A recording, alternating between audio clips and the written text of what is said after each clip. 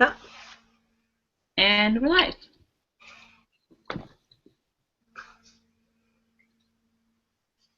So,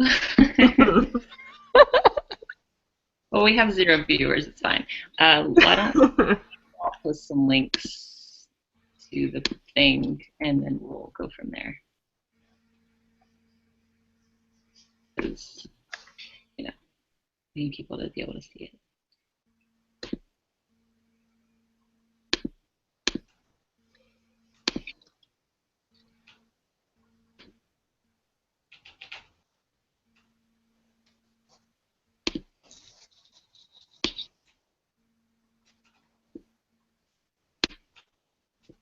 Are you going to tweet the link? Then we can retweet it.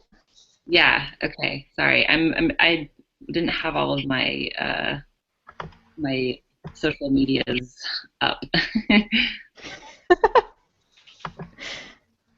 I was making coffee. It's a good idea to make coffee. Yeah.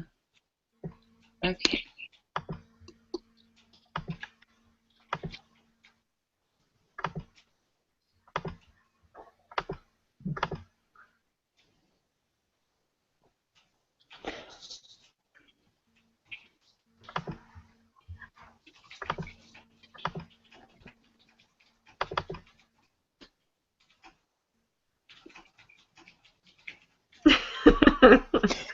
Nice screensaver. Okay. I tweeted it. And then I'm going to. Well, it's so beautiful. We all need to appreciate how gorgeous that cover is. It really is just the prettiest cover. Although I was having this discussion with a couple other users on Tumblr, I think this one is the better fit for the actual story.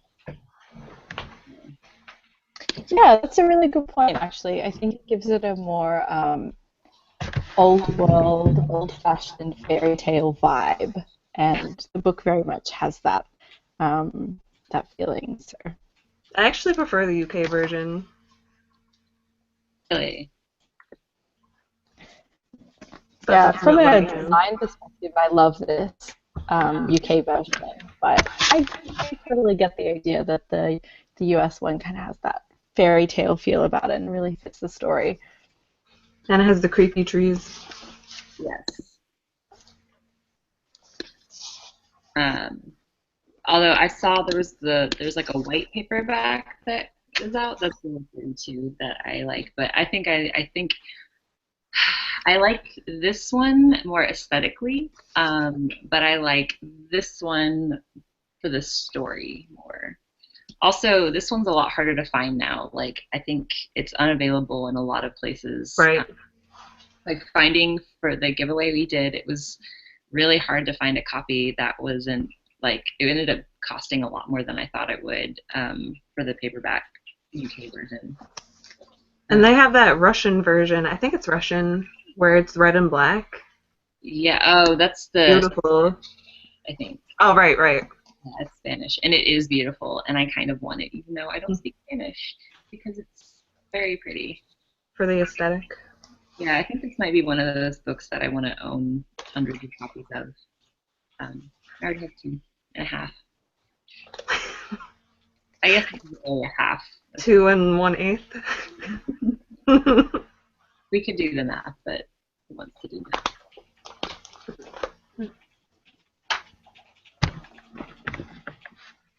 Do we want to wait till we have a few viewers, or do we want to just go ahead and start since it's recording? I don't know how this works. I guess we can just start. Okay. I guess we can do introductions, since even though we all know each other, anyone watching this doesn't know who we are. Okay, I guess there's my idea, I'll go first. My name is Shauna. I am, bookstore babe on Tumblr, and I have a blog spot, even though I've only posted like 6 things on it.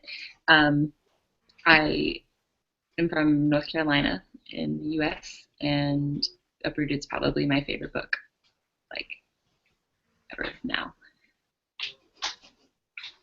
Next.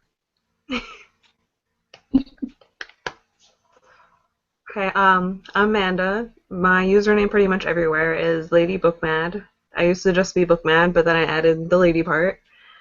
I'm from New Jersey, USA, and Uprooted's like my second or third favorite book, but it's way up there. Awesome. Yes, that means it's my turn.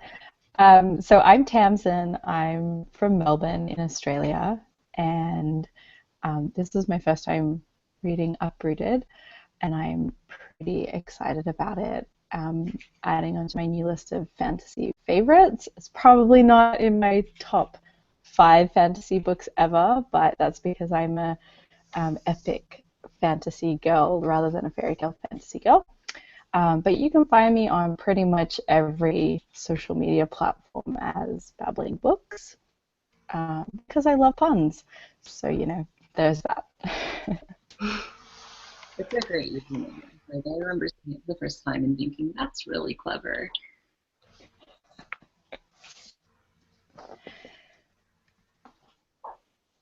So what do we want to talk about first?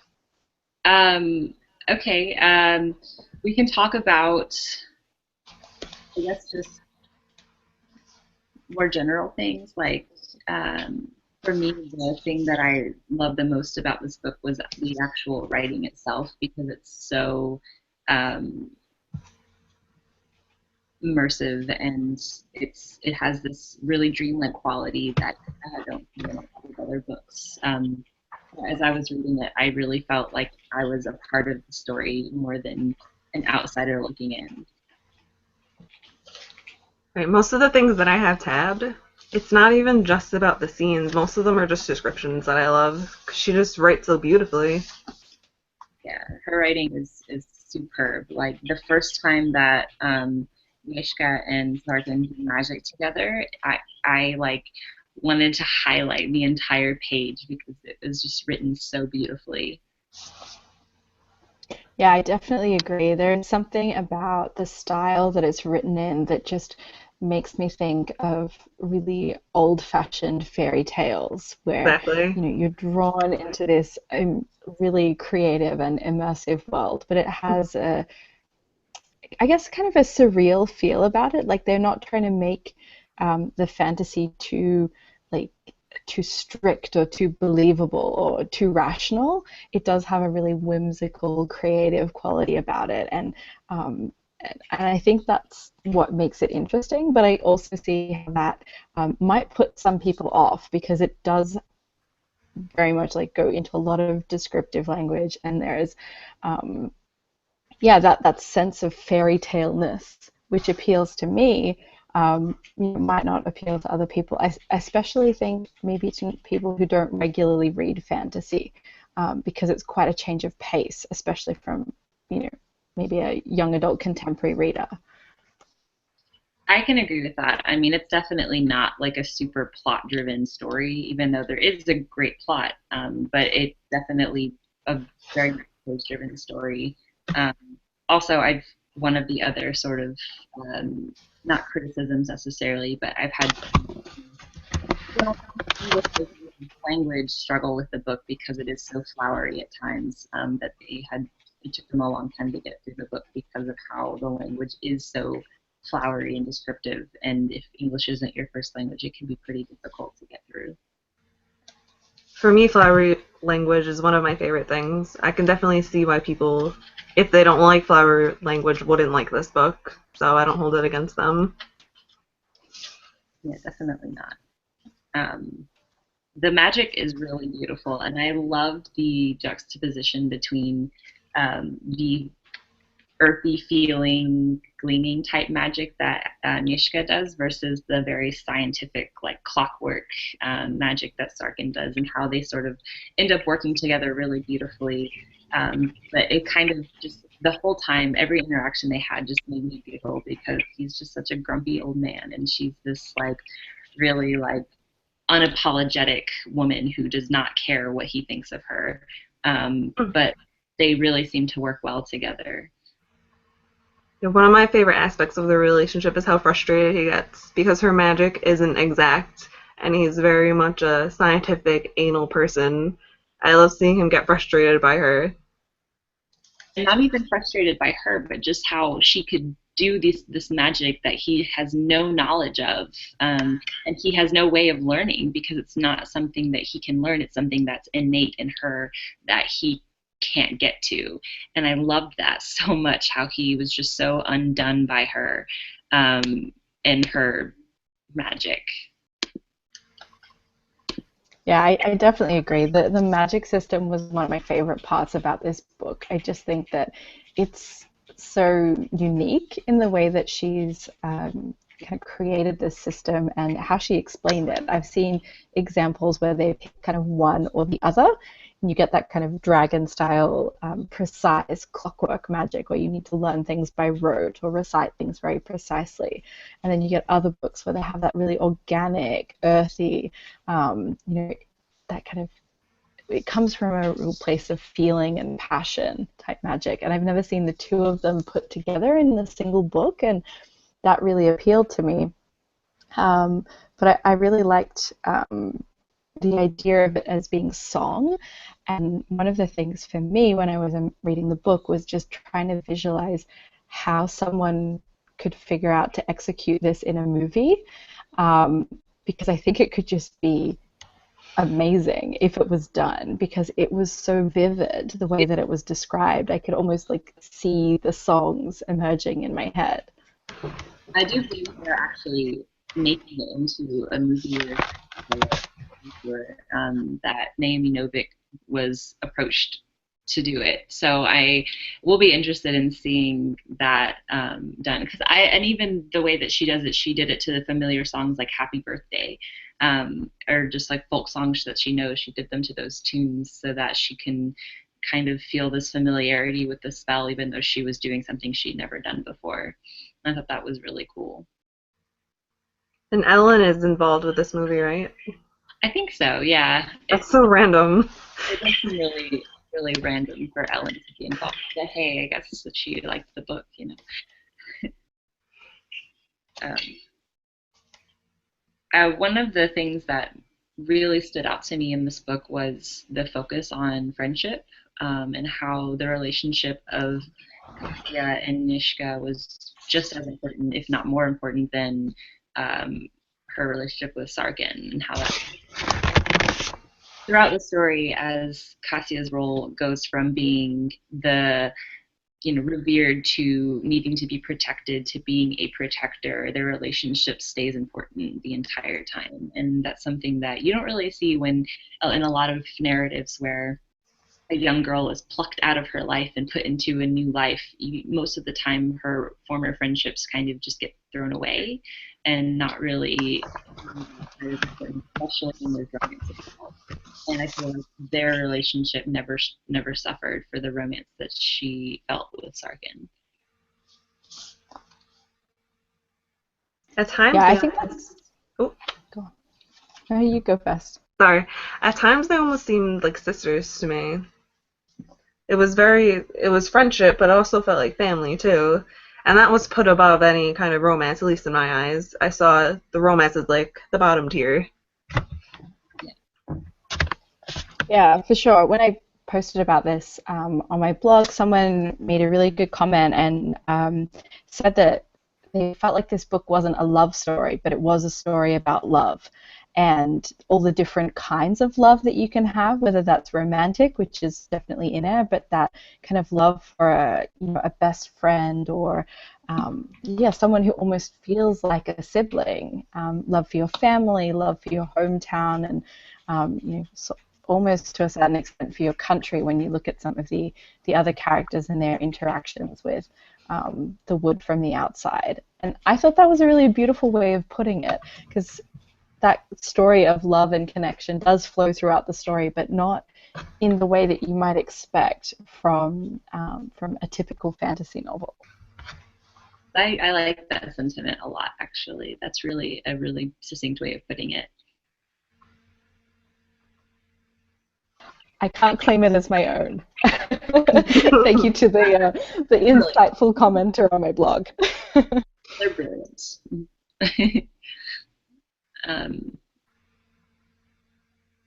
There's a few quotes that I'd like to point out just as being ones that I really loved, just because they make me really happy.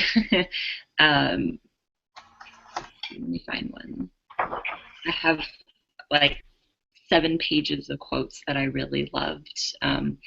The I think personally, so I have my color coded bookshelf, and so there's this moment where uh, he asks her to say a spell to organize the books, and the books stack in color, and he is just so completely exasperated by this, and it made me laugh probably more than any other scene in the entire book, because I feel so connected to her in that moment, and the way that she wants her books to be organized, and that's just how she naturally organized them. I also did really appreciate how Sarkin, even though he's this like distant lord, he does value books, and so everyone in the valley values books as well, and they're all really well read, and I appreciated that as well. I have like 5 or 6 quotes that I marked that were just about books because of the way that they are so revered. But actually, the quote that I want to read is about the summoning, and it kind of, the way that this quote is read is how I felt reading this book, like actually reading this physical book. So this is when she first picks up the summoning, and she doesn't know what it is pretty early in the book, and she just kind of picks it off the shelf. But here we go. I did understand them all and everything I was reading for about the first 3 pages, and then I paused and wondered, what was the book about? And I couldn't tell. I had no idea what I had just read. I turned back and tried again, and once more I was sure that I was understanding, and all of it made perfect sense. Better than perfect sense even, it had the feeling of truth, of something that I'd always known and I had just never put into words, or of explaining clearly and plainly something I never understood. I was nodding with satisfaction, going along well, and this time I got to the 5th page before I realized again that I couldn't have told anyone what was on the first page, or for that matter, the page before. And it's weird that that's in this book, because I was spellbound by this book. And even as I was reading it and I was trying to explain it to other people, I couldn't do it, because it's all, explaining the book is all, honestly kind of a spoiler from the way that the book is, like the dust jacket describes the book. It's not what the book is about at all.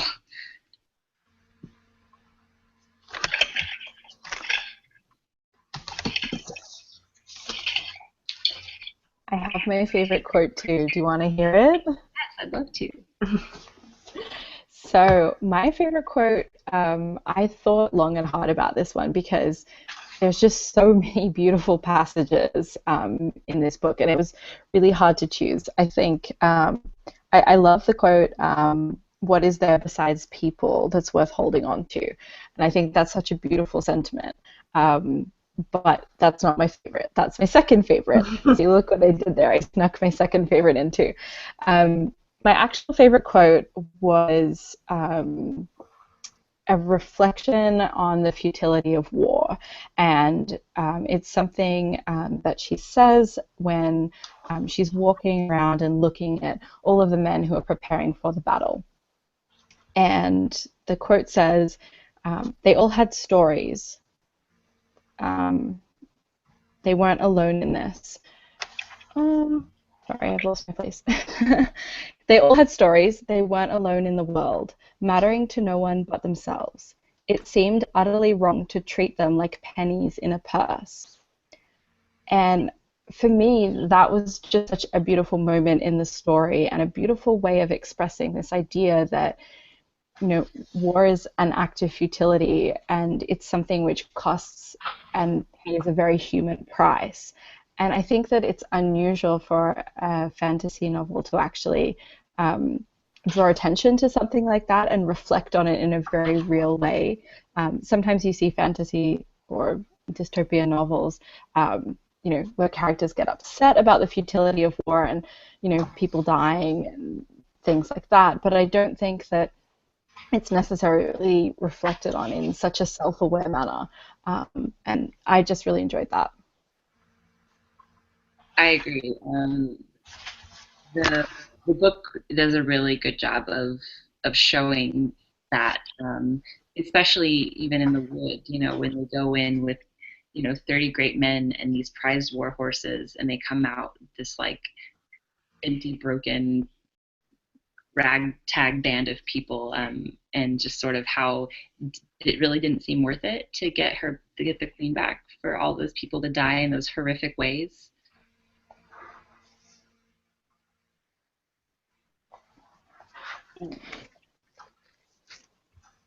The Wood is probably one of the most terrifying villains of any book that I've ever read.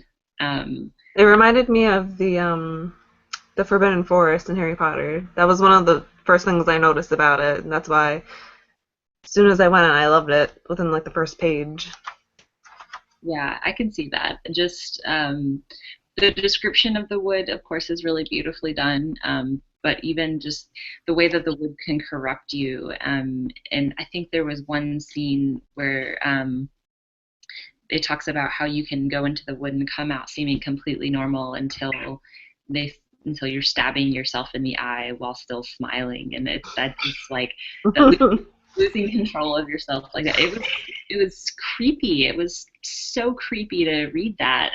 It was almost a little too scary. Like, I can understand maybe younger readers being really creeped out by something like that. Yeah, I definitely think it was quite a disturbing and very evil character.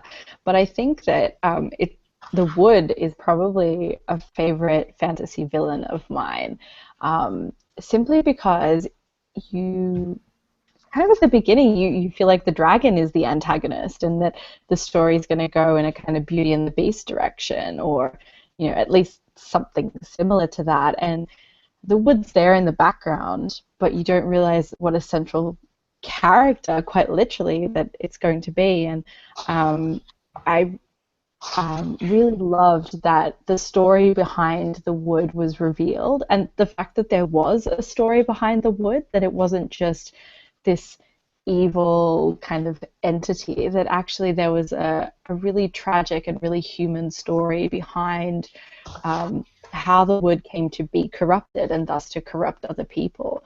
And as someone else said in the comments on my blog, that by the end of it, I kind of felt sorry for the Queen of the Wood, or the Wood Queen. She had this really sad tale, and though, of course, it doesn't justify all of the horror that came of it, you kind of felt this strange empathy, or at least sympathy, for why the Wood became the way it was. And I thought that was really creative, and it gave a lot of depth to the story that felt a little bit lacking earlier on. And once that was revealed, it was like, oh, I can kind of rethink all of my assumptions about where the story's going.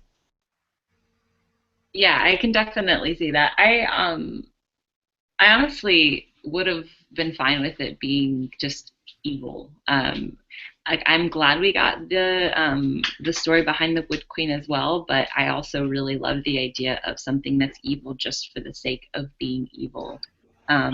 But I loved the transformation of the walkers from the beginning of the book to the end of the book. That's one of my favorite visuals that came out of this book, was the very dark, scary, ripping people's heads off and sprinkling their blood onto the roots of the trees, to these cute little tall things like ints, getting the fruit off of the tree and helping her out. And I liked seeing the transformation of the Wood as she's purging all the corruption, and I thought that was done super beautifully.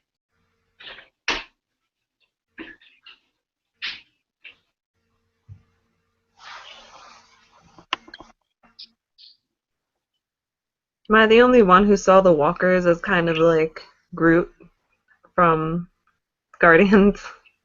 Definitely a little bit. Yes, I did. Yeah, in my head, they were like skinnier version of the Ents from Lord of the Rings. That was it's like more gangly sort of arms. That's where my imagination was going. Yeah, it was really, they were really cool. They weren't even like characters necessarily, just sort of a manifestation of the woods. And I thought that was really cool to have this like, I don't know, physical manifestation of the woods. I was thinking, and so I actually picked this book for my book club that I go to in real life, and we were talking about,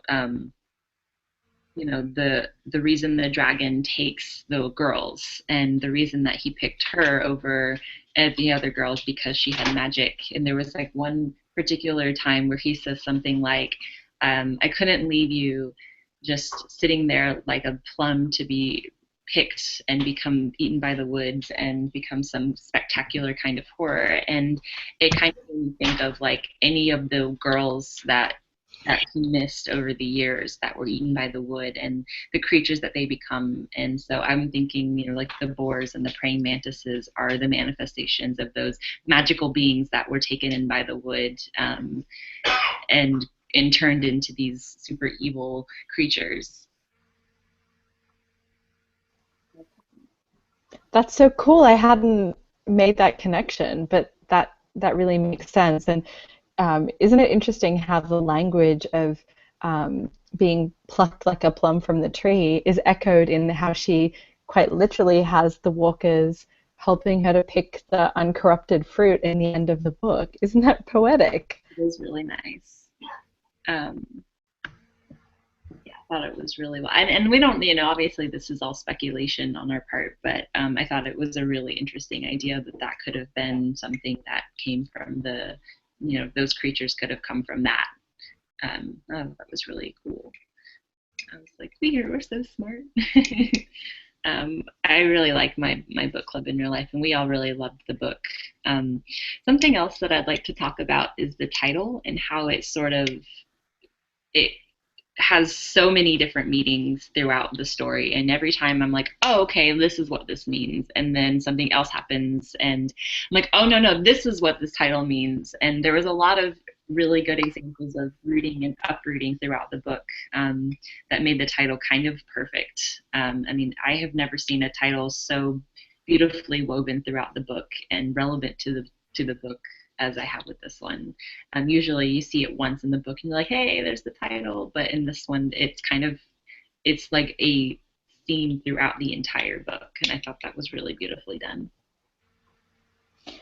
I know you've made a list of all of the different examples that you guys came up with. I did. Do you have them in front of you? Do you want to read them? Because when I was reading through your discussion questions, that kind of blew me away because I thought of maybe two of them in connection with the story, and I thought that was clever. And then I read your list, and I was like, oh, look at all these other angles that I hadn't thought of. You came up with so many things I didn't even think of. For me, it was just Agnieszka? Agnieszka? Yeah. To me, that was like the big meaning of it, but you went so much deeper, and I saw like all the points that you made. Yeah, so she's uprooted from her family, which is probably the first example, and how the dragon works to uproot the girls he takes from the valley by siphoning off their connection to the wood. So that's another example. And once they have lived with him for 10 years, they are completely uprooted from their connection to the valley, and they can leave. When the wood expands, it uproots the good of the world and plants the corruption. Even the way that it does in the mind, it kind of it roots itself into your mind and takes over, which I think it reminds me a lot of some of the, I live in the South, and there's a lot of plants that are like that. And actually, just right outside, we have all of this wisteria, which literally is just like wrapped around the trees, like thick, almost like a snake. And so I've pictured this a lot in the woods there. Also, the dragon refuses to put down roots in the valley because he doesn't want to become corrupted by it, and he doesn't want to be stuck in the valley the way that the people who live there are stuck in it. And I thought that was really interesting, because ultimately, a long-term relationship of them wouldn't really work necessarily, because he is so locked in his stone tower, and she is so connected with the feeling of the ground. And it's another one of those things where he's so incredibly rooted with this land, and I thought that was really cool. And are we doing spoilers for this? I guess so. I feel like we've pretty much covered most of the spoilers. We can put a warning. At the end, when he comes to the valley to collect taxes, I almost saw that as a way for him to become rooted, not just in the valley, and with Agnieszka. So that's how I saw that. We talked about it a little bit in my book club, and we sort of just saw their relationship as being kind of a like on again, off again thing, where they, see each other and they have really good, really great relationship with each other, and they have their crazy, awesome dragon sex, and then they because they are so polarized in their personalities that I could even see them having children, but I don't see a traditional and they lived happily ever after and got married and had babies type relationship for them, because that's just not who they are. But I actually really like that. We obviously don't know for sure because it was kind of. They definitely are going to have 200 babies. Yeah. But I did like that. I did like how open-ended it was, and I do feel like they do have a relationship of some kind, but not necessarily, your traditional relationship that you see in that type of story most of the time. Piggybacking off that, a lot of people think that the relationship between Dragon and Agnieszka is problematic, abusive. How do you see it? Because that's not how I saw it at all while I was reading. I didn't see that as that way at all either. I can kind of understand where they're coming from, but the biggest thing is the power dynamic. And at first, the dragon does hold power over her, and that in that relationship, in that particular part of the book, he is kind of an abusive dick. But over time, and as she becomes into her power and she becomes this really powerful witch, she becomes his equal, and they treat each other with respect. Even though he doesn't agree with what she's doing or even understand what she's doing, he goes out of his way to help her. He brings her the spell books that he thinks are useless. He goes out of her way. And when she arrives at the castle with these two, this prince and princess, he's like, cool, how can I help? And I think that shows you, and it shows me, that their relationship truly was one based off of mutual respect, even though he's just kind of a grumpy jerk. And even the fact that when they do have sex, she comes to him, she uses her magic to go past his wards to get to him.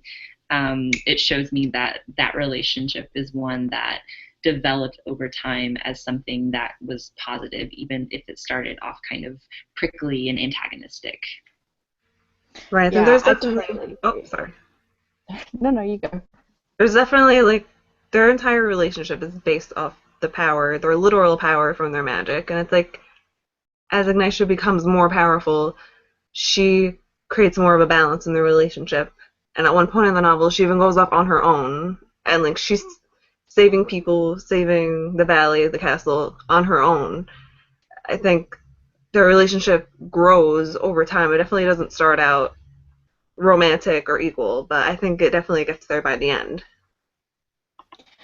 That's exactly what I was going to say. I think that if you took the relationship based off, I don't know, a snippet that you read from the blurb, or just kind of getting the idea of the story, but not really digging into breaking down how the relationship develops throughout the book, then it's definitely problematic.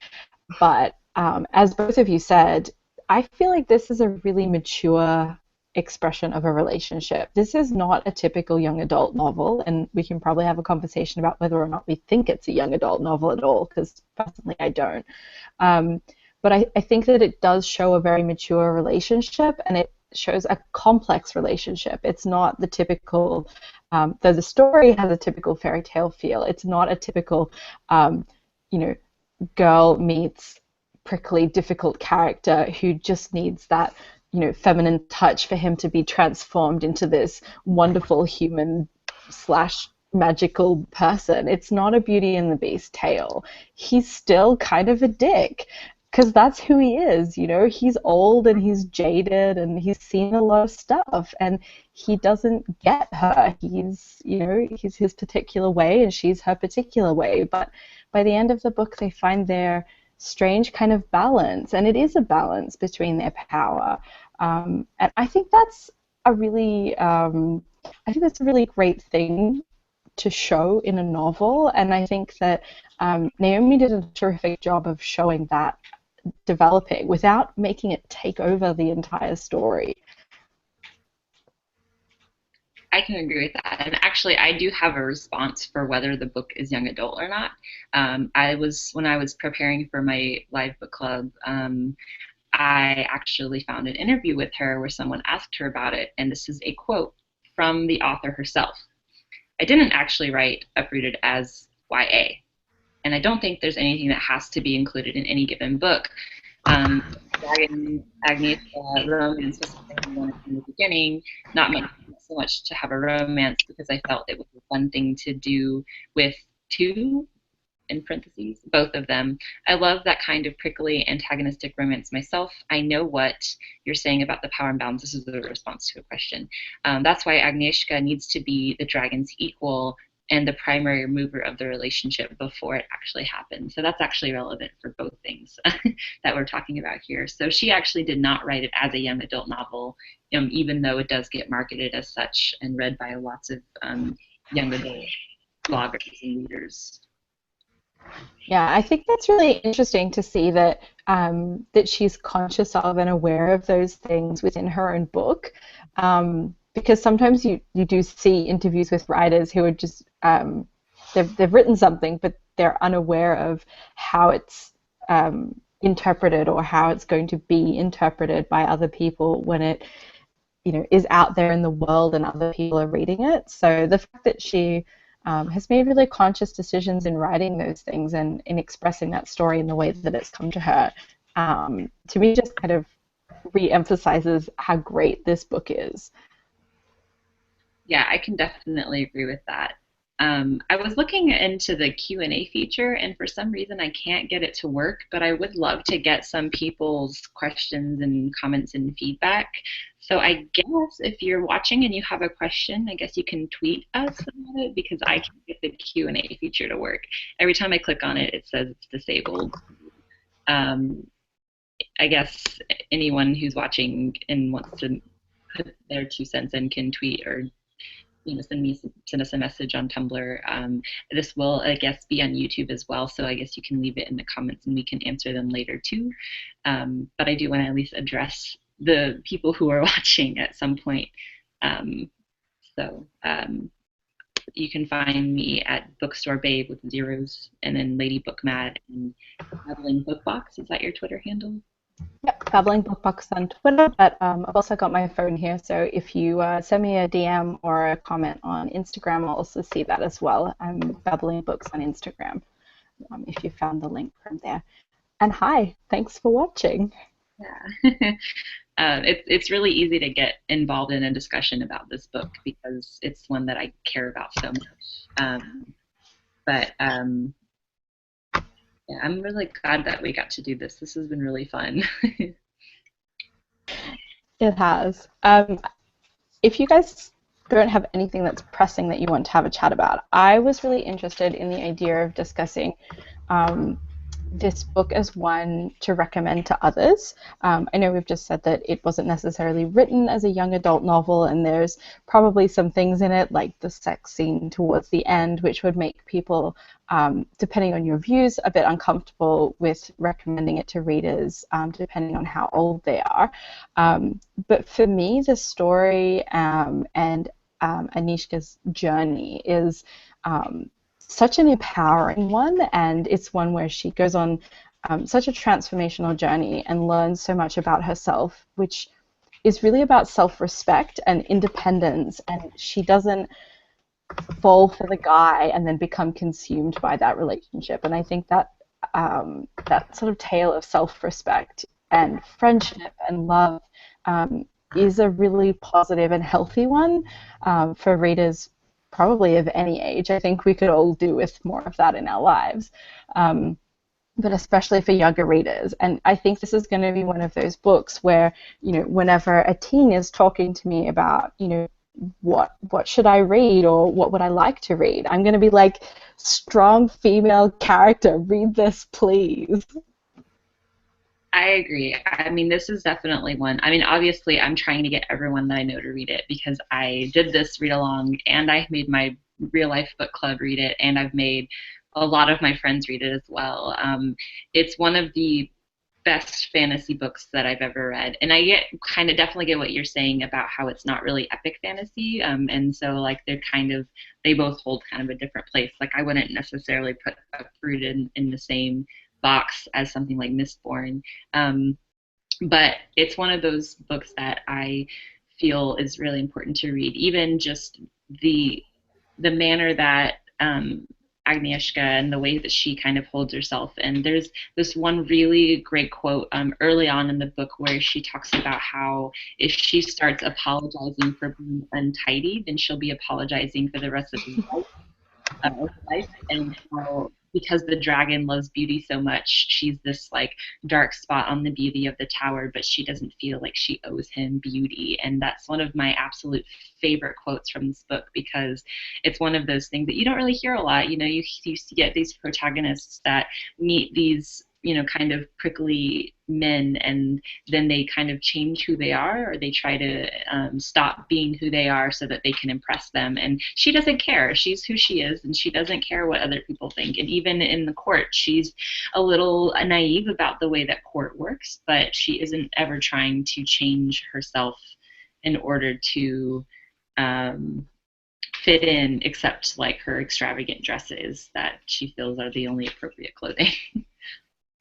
I feel like it was kind of like a coming of age in a way, but it was also, I found it was closer to like the new adult genre because it's coming of age, but it's like coming of age being an adult. She's trying to figure out how to be an adult, and it's kind of like that in between. So I could see why young adults would like it because it's about maturing, it's about finding your way, but it's also about finding your way as an adult. I would recommend it to everyone. It's just I feel like if I read this as a young teen, I wouldn't have related to it as much as I do now because I feel like she's kind of in the novel like in the same place that I am now as an adult. Yeah, for sure. I definitely agree with you on that one. And I think it's kind of one that you would get different perspectives on, no matter what age you are when you read it. But to Shauna's point about this kind of element of self-determination and belief in yourself, one of my favorite moments is when they're having the naming ceremony or kind of naming ritual, and they're trying to figure out what her name is going to be. And one of my favorite quotes, she says, I took a deep breath and said, "There's nothing wrong with the name I already have." And for me, that was one of the turning points in the book where she goes and she really does put herself out there. Not just, she's done lots of stuff on her own up until that point, but that's the first time that she kind of stakes her claim. This is who I am. This is what my magic is. And yes, I know that I'm different, but I'm okay with that. And, I'm going to stand by that and stand up for myself. And I love that. I love the idea that names have power, especially in a world where, words and magic are so intimately connected. But I also love the idea of her choosing her own name and choosing to stick with her own name because she believes that that's what's right. So I love that moment. Yeah, I think that speaks a lot to who she is as a character. She gets this power, but she doesn't want to trade one world for the other. She wants to be in the valley with her family. She has all this power. She's not choosing the power over them. She wants to bring it back home. She wants to be with her family, with her friends. I think it's really important to have a story where the person leaves their, boring life in the valley, but doesn't actually care for the,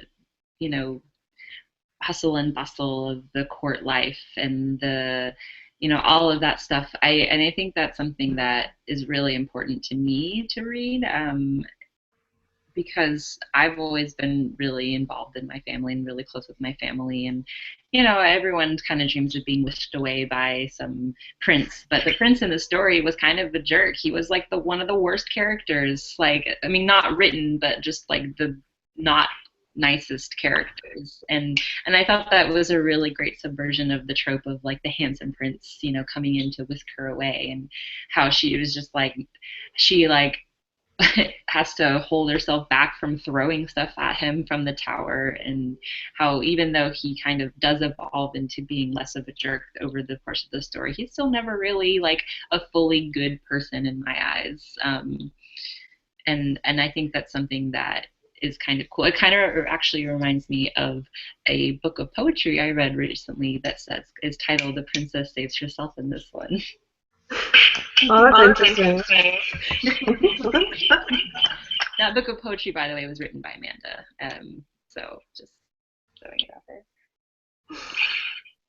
Subtle, I love it.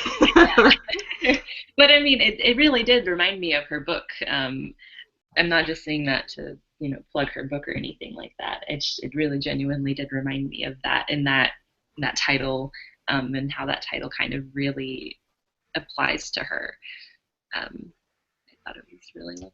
But we will still make sure there's a link to where you can buy it in the YouTube comments.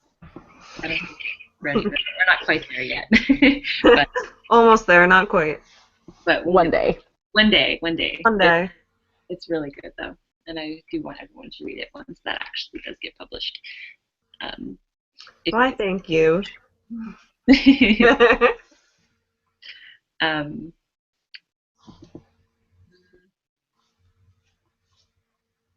Oh, I hope that my coach is taking for me. One of the questions that I did get earlier was sort of about, sorry, I'm losing my train of thought. I'm so sorry.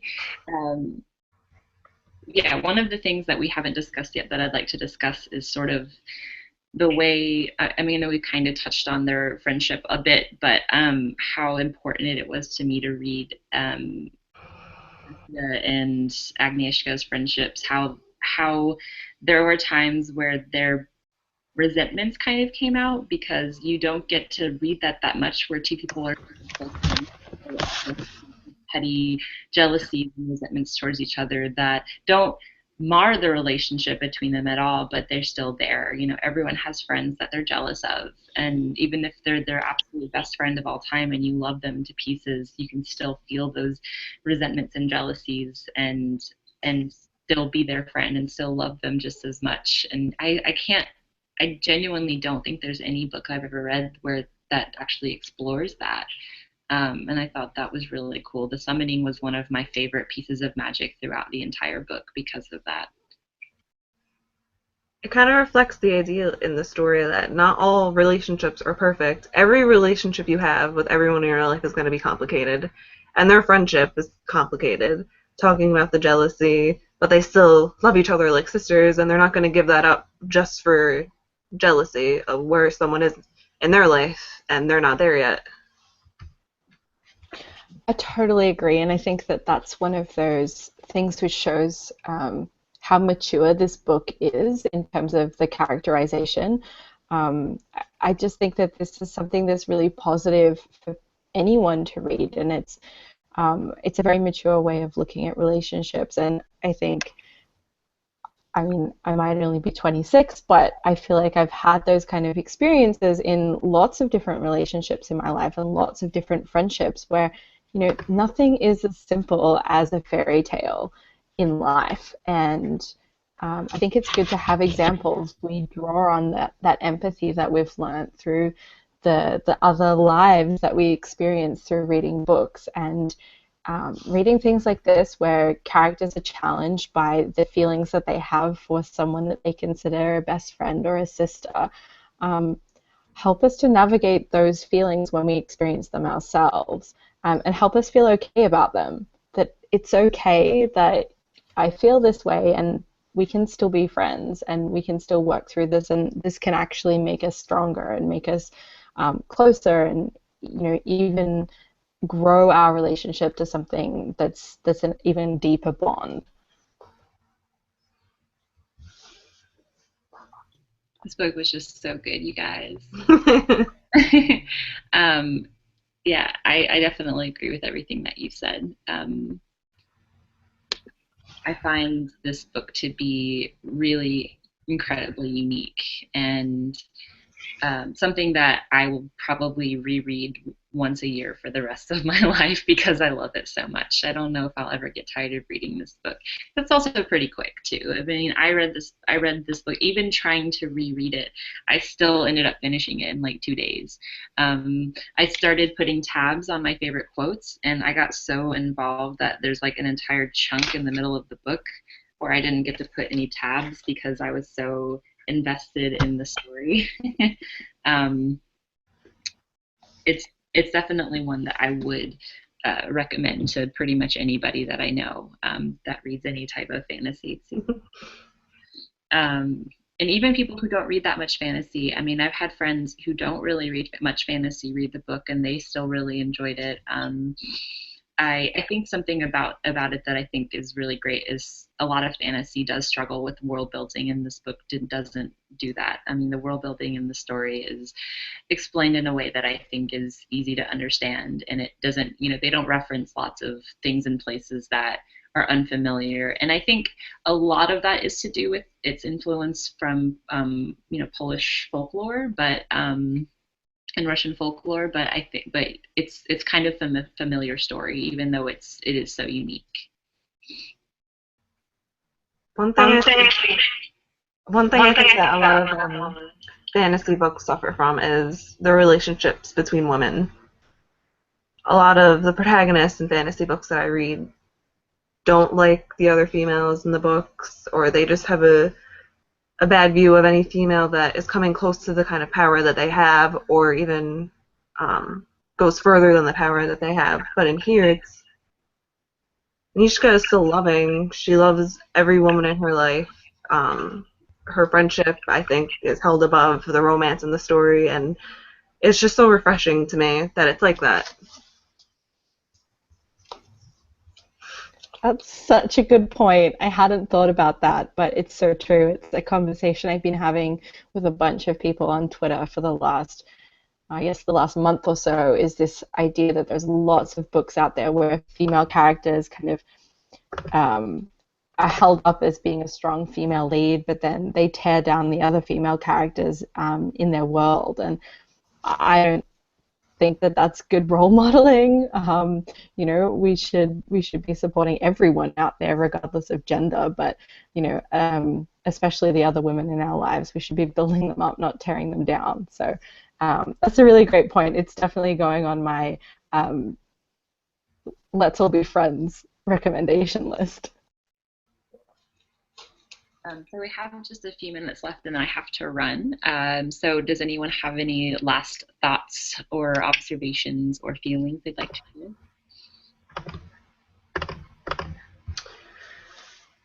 share? Not on my end. Okay. I feel like we've covered pretty much everything. I think it's been such a great experience to read this book. I'm glad that I didn't read it on my own. I've loved having the discussions on Instagram and on Twitter and on my blog, and having this conversation with you guys today. It's been great fun, and I think it's really added so much to my enjoyment of the book and to my understanding of it, and it's given me a lot to reflect on. So thank you, you guys. But also thank you to everyone who's taken the time to be part of this. It's been great fun. Yeah, I was really happy with the amount of people who participated in this read along, and how they participated in all of the beautiful photos that were posted. And I'm really grateful to have such a community that can discuss a book the way that we did. And even the people who didn't like it, I've had multiple people message me and say, I really didn't love the book the way that you did, but I'm really glad I read it, and thank you for recommending it. And I just think that's something that is really great, because this is not the type of polarizing book where even if you hated it, it's because it's awful and you didn't, and it's the worst book you've ever read. It's usually like you have your own specific reasons, but you can still see the enjoyment behind it. Right, this is probably the most interactive read-along I've ever done, especially with the photos. Your photo challenge helped a lot. And I hope that the people who didn't like it still take away things from the story, like the female friendships, the power balance. I hope they can still see that and take something away from it if they didn't like the story or the purple prose. And maybe the people who didn't feel that they really loved it will watch this and maybe have a change of heart. The movie is probably going to be beautiful. I can just imagine. Oh gosh, the magic. As long as the CGI is good. We can definitely hope. So, in terms of future, are you guys hosting more read-alongs like this? Do you have anything planned that people can join in again with you? Not as of right now for me, but I'm definitely open to doing more read-alongs, because this was so much fun and I really did enjoy it. So I probably will at least plan on doing something in the future, but not right Yeah, no plans for me right now, but after this, I definitely want to do more read-alongs because they're so much fun. now. And this discussion was super fun too. I'd love to do this again as well. It really was. Well, if anyone is keen on joining the Babbling Book Club on Instagram, and occasionally I post it on Tumblr too. In May, we're reading Wuthering Heights. We've gone from like fantasy to classic. I've never read Wuthering Heights before, so it's going to be interesting. I feel like I'm going to either love it or absolutely hate it, which will be amazing. Either way, I think. So I'm planning on doing that book club every month, and hopefully, fingers crossed, I can find some awesome people to have a live discussion with every month. But I feel like no one's gonna top you guys. You are awesome. Thank you. So I'm not 100% sure how the YouTube thing is, but I will figure it out and post this on YouTube for everyone to watch. And I don't know, subscribe or something, and I can post links to everyone's various blogs and Instagrams and things. So hopefully we'll get some, generate some good content from people who are watching this after the fact. I'd love to hear what everyone thinks and how they feel about it after watching it. It is quite a long video, so I would understand if people don't make it through the whole thing. Exactly. All right. Well, thank you guys so much. It's been awesome. Thank you. Bye. Bye.